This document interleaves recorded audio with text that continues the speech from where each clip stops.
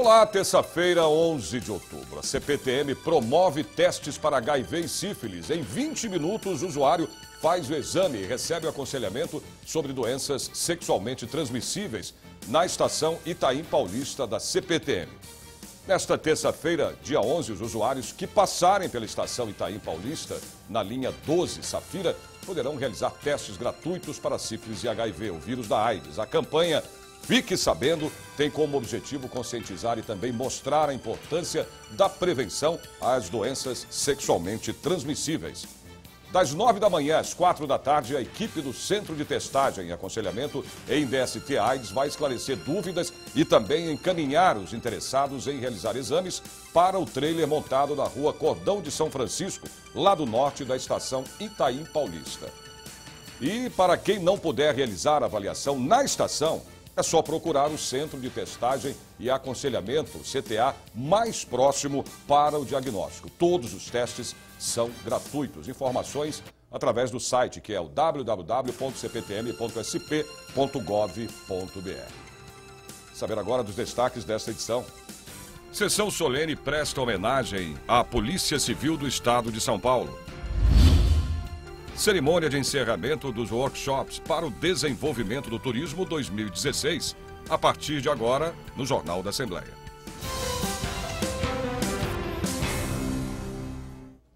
Representantes da Polícia Civil do Estado de São Paulo estiveram reunidos no plenário Juscelino Kubitschek, aqui da Assembleia Legislativa, para uma sessão solene em homenagem à categoria.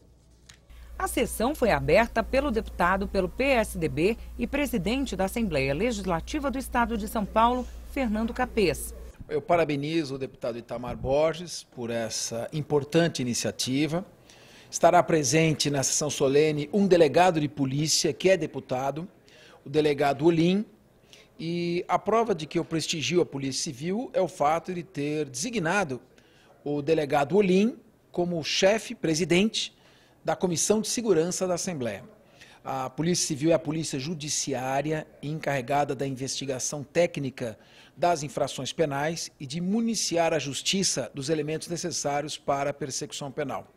Desde 1808 foi fundada a Polícia Civil com o inspetor Viana, o primeiro chefe de polícia do Brasil. Então é uma instituição bicentenária, com uma folha de serviços relevantes prestados à sociedade, terá sempre o apoio desse presidente desta Assembleia. O Dia da Polícia Civil é comemorado em 30 de setembro. A sessão solene é justamente para homenagear a categoria que compareceu em peso aqui no plenário Juscelino Kubitschek, na Assembleia Legislativa de São Paulo.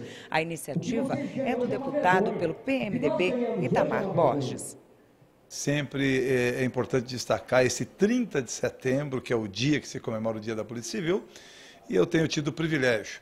Eu que, como prefeito, tive uma relação muito próxima com a polícia. Quando cheguei na Assembleia, fiz questão de estar sempre propondo essa sessão solene. Todos os anos é esse sucesso, com a presença do secretário, do delegado-geral, de policiais de todas as carreiras e das entidades, para prestar essa homenagem e reconhecimento a tudo que vem sendo desenvolvido, desempenhado pela Polícia Civil a cada ano, na redução da criminalidade, no fortalecimento desse trabalho e também nas lutas, nas reivindicações da melhoria de condições de trabalho e da própria valorização profissional.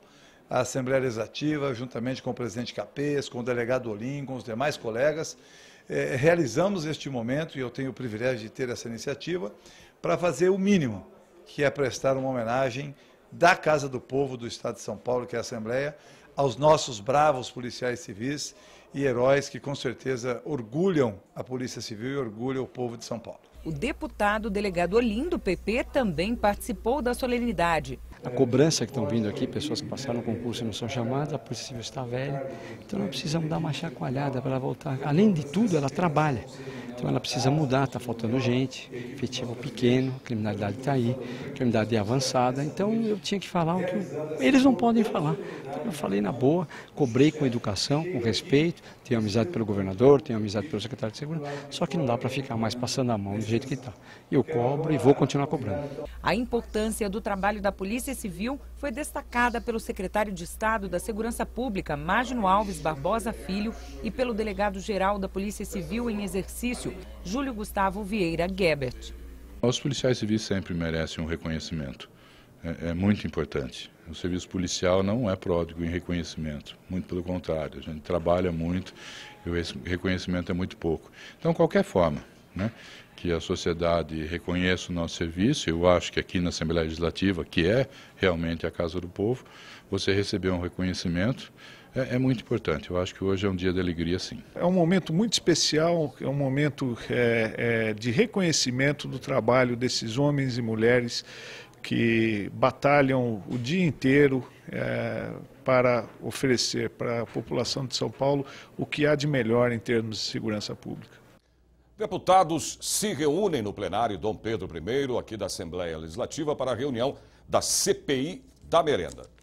Eu vou conversar agora com a repórter Priscila Silvério, que se encontra neste momento em frente aí ao plenário, do lado da parte de fora do plenário Dom Pedro I, né, Priscila? A reunião continua acontecendo aí, a portas fechadas. Eu queria informações sobre ela.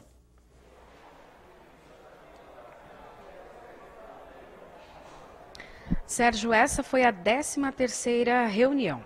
O primeiro depoimento demorou mais de 2 horas e foi com Dione Moraes Pavan, nutricionista, que fez parte da Comissão de Credenciamento e Departamento de Alimentação e Assistência do Aluno do CISI. Ela era responsável pelos contratos entre a Secretaria de Educação e com as cooperativas orgânicas familiares. Esse departamento também era responsável por receber os laudos e os documentos assim que as cooperativas ganhassem uma chamada ou uma licitação. A Dione não soube responder, ou não quis, na verdade, falar sobre uma chamada pública em que a COAF ganhou. Apenas 2 cooperativas fizeram parte dessa chamada pública. E o ideal, o correto, segundo a lei, são 3. Ela não soube explicar por que isso aconteceu. Outra coisa também foi a questão do documento em que a COAF pedia o reequilíbrio financeiro do contrato. E esse documento sumiu das mãos dela. Ela disse que estava na mesa e várias pessoas passavam no departamento e esse documento sumiu. Esse reequilíbrio é algo foco das investigações, porque acontece assim, a chamada pública ela fixa um valor para o produto. Havia fixado, então, 1 litro de suco de laranja a R$ 1,52. A COAF ganhou essa chamada pública por R$ 1,50. Porém, forneceu o produto a R$ 1,56. Então, essa é a linha de investigação. Os deputados, então, pediram a quebra de sigilo fiscal, bancário e telefônico de Dione Pavan. Nesse momento, a gente pode ver que as portas estão fechadas aqui. Na verdade, a porta está fechada porque fala nesse momento Marcel Ferreira Júlio, o lobista. Ele é citado em todos os depoimentos como a pessoa, o articulador, então, das negociações que podem ter gerado, então, uma possível fraude nesses contratos entre a COAF e a Secretaria da Educação para o fornecimento de merenda às escolas em todo o estado. Sérgio. Ok, Priscila, então, portanto, são vários depoentes ainda que vão ser ouvidos aí, por isso que a reunião também continua aí a portas fechadas no plenário Dom Pedro I. Previsão do tempo para amanhã, quarta-feira, São Paulo, o dia começa nublado com sol entre nuvens, temperatura máxima chega aos 29 graus. Campinas, sol com algumas nuvens. Pode chover na parte da tarde e também à noite. A máxima prevista chega a 32 graus. São José dos Campos, tempo nublado pela manhã.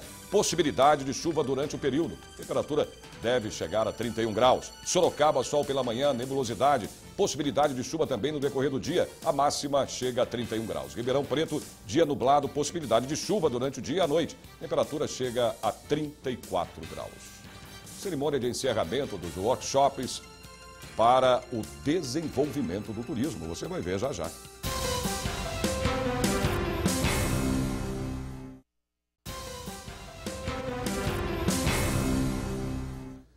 Você sabe a procedência da carne que você compra? Não?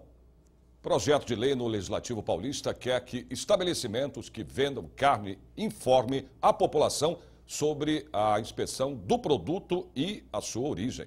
O brasileiro consome, em média, 42 quilos de carne por ano. A preferência pelo tipo e local de compra varia. Já a procedência nem sempre é fácil verificar. A gente conhece um mercado que vende carne que fica velha, né? A gente conhece. O projeto de lei número 30 de 2016 pretende tornar obrigatório para o comerciante de carnes afixar em local visível informações importantes para o consumidor. Além da data de validade, o nome, endereço, telefone e o número da inspeção, tudo isso do frigorífico que fornece os produtos. Ana Carolina, uma das coordenadoras regionais da Vigilância Sanitária da capital paulista, explica como é feita a fiscalização nestes estabelecimentos. A nós compete a fiscalização dos açougues no varejo. Obrigatoriamente já colocar a data de validade, né, o vencimento. E nós, na fiscalização, nós exigimos as notas fiscais, né, e a rastreabilidade do produto, de onde veio esse produto, a origem dele, né. Isso nós temos acesso, as notas fiscais e tudo mais, né. E o consumidor, ele tem que exigir também. José Camisa Nova, diretor do Sindicato das Carnes Frescas de São Paulo, diz que a categoria já busca classificar com o selo os estabelecimentos que se destacam pela qualidade e que a ampliação da informação ao consumidor é sempre bem-vinda. Para nós, o açougueiro que se preza, é interessante dirigir o produto de onde vem a origem dele, né? E a data de validade é muito importante, né? Para que a gente possa ter uma carne em condições para o cliente. O deputado Jorge Wilson, do PRB, o xerife do consumidor, espera que o projeto de sua autoria colabore para inibir a venda de carne de origem clandestina. Pois é, e por falar em defesa do consumidor, o PROCON, órgão que fiscaliza e defende o consumidor, oferece palestras gratuitas à população para orientar sobre os direitos, né, e também evitar o superendividamento. Eu vou conversar agora com a repórter Carla Francisco, que se encontra aí numa unidade do PROCON, lá na Zona Oeste de São Paulo, na Barra Funda, exatamente, na Zona Oeste de São Paulo, e tem mais informações para a gente.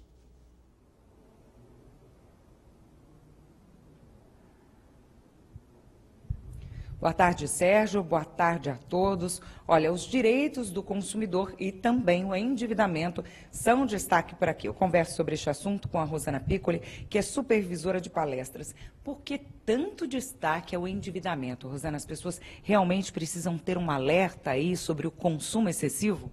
Exatamente. Nós vivemos num mercado de consumo onde o apelo ao consumo é muito forte, por meio da publicidade, por meio das ofertas de crédito, né? Pelo próprio uso de cartão de crédito, a facilidade do cheque especial. Então, as pessoas têm muita facilidade a fazerem aquisições, principalmente em vezes, né? Que é a mágica, e não fazem muito controle disso. Então, para chegar a um endividamento, o passo é pequeno aí, realmente.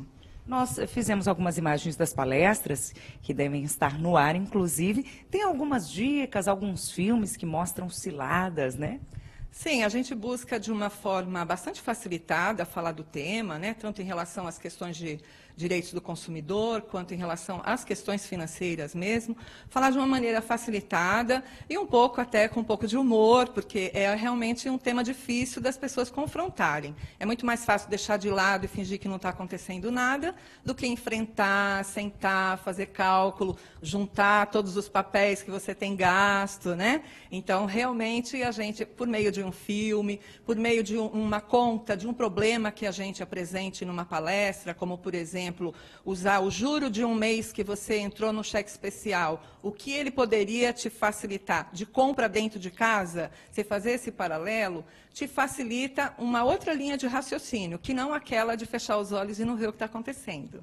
Então, na verdade, são duas frentes aí, frear um pouquinho o consumo e também ajudar as pessoas que estão endividadas a negociar, a cortar custos, cortar gastos. Exatamente. Inclusive, o PROCON tem o núcleo de superendividamento que faz um trabalho em especial com o chamado superendividado. É uma outra linha de trabalho, também tem informações no site e tudo mais, mas a ideia é trabalhar com a prevenção. Então, por meio dessas palestras, desse trabalho, a gente busca a prevenção. A gente busca conversar sobre isso, alertar o consumidor, de maneira que ele possa por si próprio, tomar certos cuidados antes de acontecer o problema. Mas se ele já está com um problema muito sério instalado, o PROCON também pode avaliar, analisar e ver se tem meios de intermediar e solucionar a questão dele. As palestras acontecem só aqui na unidade ou não? Elas acontecem aqui no auditório da Fundação. Na primeira quinzena, nós temos a palestra de orientação financeira, na segunda quinzena, a de direitos básicos do consumidor. Mas nós trabalhamos também com a demanda, ou seja, as pessoas que têm interesse em receber esse trabalho, que é oferecido gratuitamente, é só nos comunicar através do e-mail que consta do site do PROCON, e nós fazemos o agendamento e vamos em todos os locais. Então, a gente pode participar de uma CIPAT de uma empresa, num trabalho que uma ONG realiza, numa comunidade de bairro que desenvolva um trabalho com um grupo de pessoas. Então, nós vamos onde o solicitante tiver interesse que nós façamos esse trabalho, porque o interesse é chegar no consumidor, onde ele estiver, com a informação, com orientação, para a gente poder trabalhar com o preventivo, que seria o ideal. E a programação também não tem data limite, né? Não termina, assim como muitas vezes os custos, os gastos e as dívidas, né? Exatamente. Existe até uma procura mais forte mais no final do ano, porque as pessoas acabam se envolvendo muito aí com compra de Natal, começa agora com o Dia da Criança e por aí vai até Natal. E aí tem 13º entrando, então as pessoas se desorganizam bem. E aí quando chega no mês de janeiro, ela tem que pagar IPVA, aquela série de impostos que ela não considerou, além de matrícula e tudo mais, e aí ela já não tem dinheiro, ela tem dívidas que ela fez nesse final de ano. Então, é até uma época boa de parar e refletir um pouco e pensar na conta concreta ali para ver o que você pode e o que você não pode fazer. Obrigada pelas informações. Só destacando, então, as palestras são de graça. Sérgio. É importante, viu, as pessoas participarem, porque um quilo do filé mignon aí está pela hora da morte, a gente sabe disso, né? Vá lá, participe dessas palestras. A Assembleia Legislativa cedia a cerimônia de encerramento dos workshops para o desenvolvimento do turismo 2016. O deputado Itamar Borges, do PMDB, prestigiou o evento, que também é apoiado pelo deputado Edmir Chedi, do Democratas. Ao todo, 170 gestores municipais de estâncias turísticas do estado de São Paulo participaram dos treinamentos, que contou também com representantes da iniciativa privada do setor. Essa oficina ajudou muito a focar realmente no que o município precisa para desenvolver o seu poder, o seu potencial turístico dentro do município. Foram 20 workshops desenvolvidos pelo SENAC São Paulo em parceria com a APRECESP, Associação das Prefeituras das Cidades Estâncias do Estado de São Paulo, com apoio também da Assembleia Legislativa. Durante 11 meses, eles desenvolveram 10 temas nos workshops realizados em São José dos Campos e na cidade de Águas de São Pedro. Esses 10 temas eles nasceram no diagnóstico realizado em 2015, no primeiro semestre, junto também às estantes. O de maior relevância, sem dúvida, foi o que abriu todo esse trabalho em outubro, que foi o de regionalização da cadeia turística do estado de São Paulo. E por que isso? Para abrir já os relacionamentos das atuais 70 estantes, também com os municípios que estão buscando ser MIT, município de interesse turístico, desejando dessa forma fortalecer e significar de forma qualitativa o turismo do estado de São Paulo. Das 70 instâncias, 60 já são os filmes, os pequenos filmes, são filmetes de 2,5 minutos, já são veiculados pela TV Alesp. Nós faltam os últimos 10.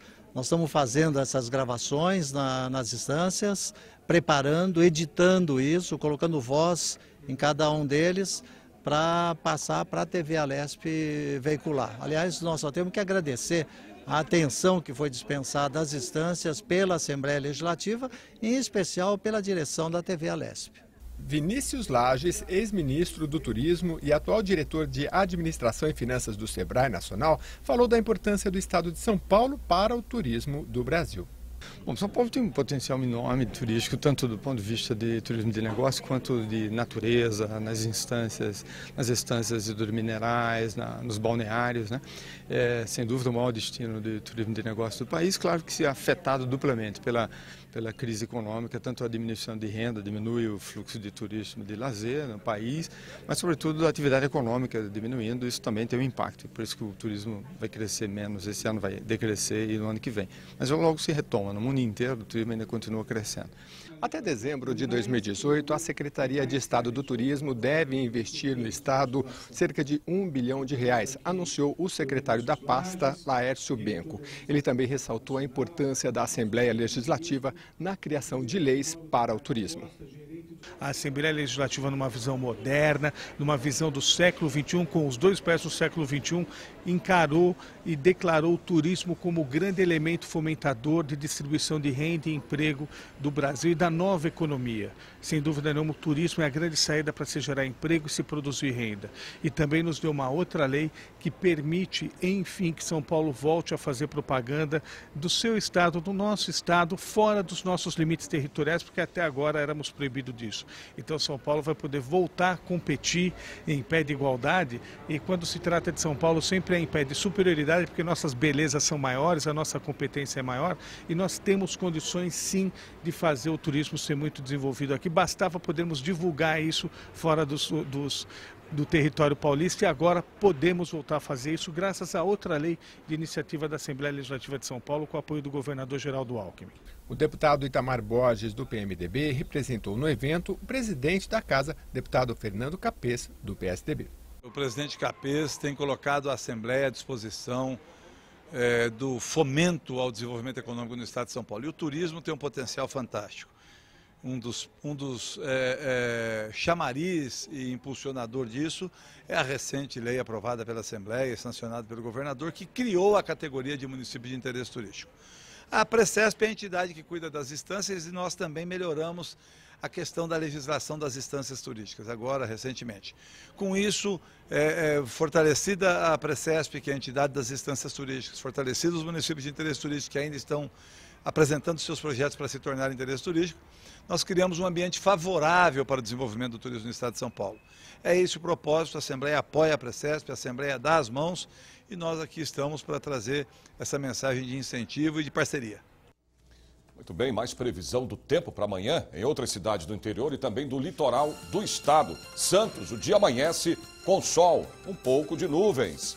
Na previsão de chuva, hein? Temperatura máxima chega aos 27 graus. São José do Rio Preto, sol entre nuvens. Possibilidade de chuva no decorrer do período. Os termômetros alcançam 35 graus. Mogi das Cruzes, dia nublado com sol. Possibilidade também de chuva. A máxima chega aos 28 graus. Piracicaba, dia de sol pela manhã, nebulosidade, possibilidade de chuva. Temperatura alcança 33 graus.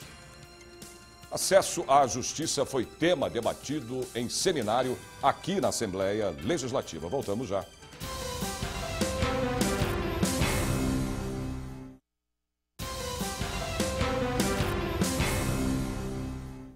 Muitas mulheres vítimas de violência não sabem como ter acesso à justiça. O tema foi debatido aqui na Assembleia Legislativa, dentro do 3º Seminário de Estudos Espaço Mulher e Espaço Homem 2016. Em 1979, a Organização das Nações Unidas estabeleceu a Convenção sobre a Eliminação de Todas as Formas de Discriminação contra a Mulher. A Constituição Brasileira de 1988 é um marco na luta pela igualdade de gênero e pela emancipação feminina. Mas a ampliação do acesso à justiça pelas mulheres ainda é um desafio a ser enfrentado. O seminário realizado na Assembleia Legislativa debateu os obstáculos que impedem as mulheres de exercerem seu direito de acesso à justiça. O encontro foi coordenado pela ativista dos direitos humanos, Elizabeth Mariano, que mantém conteúdo na internet que trata do comportamento feminino e masculino. O que a gente percebe, assim, é que ajudamos muitas entidades também classistas, intercambiamos com elas, como agora é um trabalho interessante de intercâmbio entre classes. Trazemos muitas autoridades que são assuntos assim, específicos, não é? Então, trazemos para dentro da Assembleia. Por quê? Porque o custo para nós é um pouco menor, para trazer esses especialistas, haja vista que está dentro da Assembleia Legislativa. Muitos, às vezes, nem tiveram essa oportunidade ainda e são gratos. Então, eles trazem suas pesquisas, né, que nós mais ou menos discutimos o tema.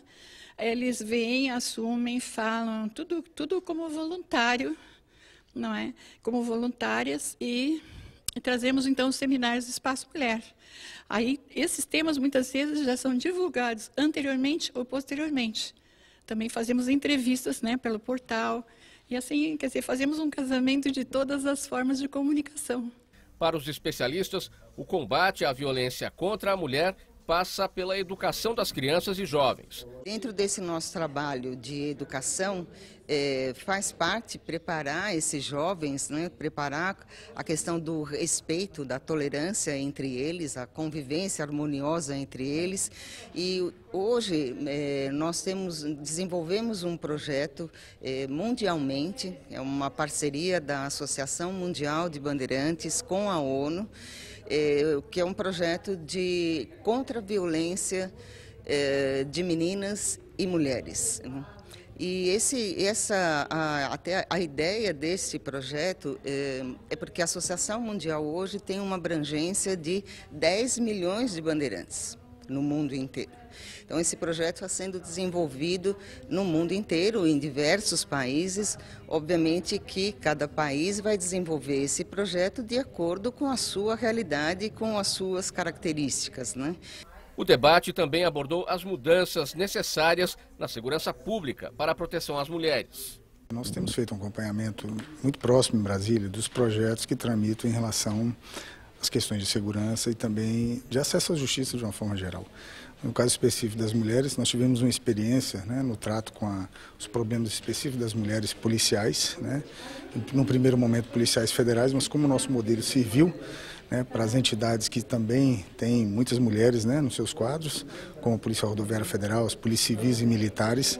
Então houve uma adesão em massa, né, em torno dessa forma de trabalhar e de olhar, né, com muita distinção o problema da mulher, né? Partiu do problema da mulher policial, mas hoje acabou que nós estamos empenhados em outras discussões, por exemplo, como a Lei Maria da Penha, né, que já está em tramitação no Senado, em fase final. Então nós resolvemos trazer essa experiência aqui para a Alesp, né, nessa discussão agora, e com certeza nós vamos tentar contribuir com as discussões aqui na Alesp, que já também tramitam, né? Bom, eu quero lembrar aí para vocês, para aqueles, né, que curtem fazer uma programação diferente com a criançada. Quem visitar os museus estaduais na Semana da Criança vai ser, além de instrutivo, mais divertido, hein? Até o dia 16 de outubro, quem tirar uma selfie, que é aquela foto, né, você sabe como é que é, feita pelo celular com uma criança até 12 anos de idade durante uma visita em um dos museus estaduais da capital e postar no Facebook com a hashtag MuseusSP, poderá ganhar até 2 passaportes de visita aos museus. Um para o adulto e outro para a criança. Pois é, os passaportes de visitação deverão ser retirados na Pinacoteca do Estado, na Casa das Rosas e também no Museu da Imigração até o dia 23 de outubro. Tá aí uma ótima dica para você participar e brincar junto com toda a criançada, né? Previsão do tempo para amanhã em mais cidades do interior do estado. Franca, sol com nuvens pela manhã, há previsão de chuva, a máxima prevista chega a 31 graus. Bauru, dia de sol com nuvens ao amanhecer, possibilidade também de chuva durante o período. A temperatura pode chegar aos 34 graus. Limeira, sol pela manhã, pode chover no decorrer do dia. A máxima atinge 34 graus. Marília, dia de sol com nebulosidade, também pode chover. A máxima prevista chega a 33 graus. O Jornal da Assembleia de hoje termina aqui, mas você pode acompanhar toda a programação da TV Assembleia SP através do portal, que é o al.sp.gov.br. E a gente se vê de novo amanhã, a partir do meio-dia. Até lá.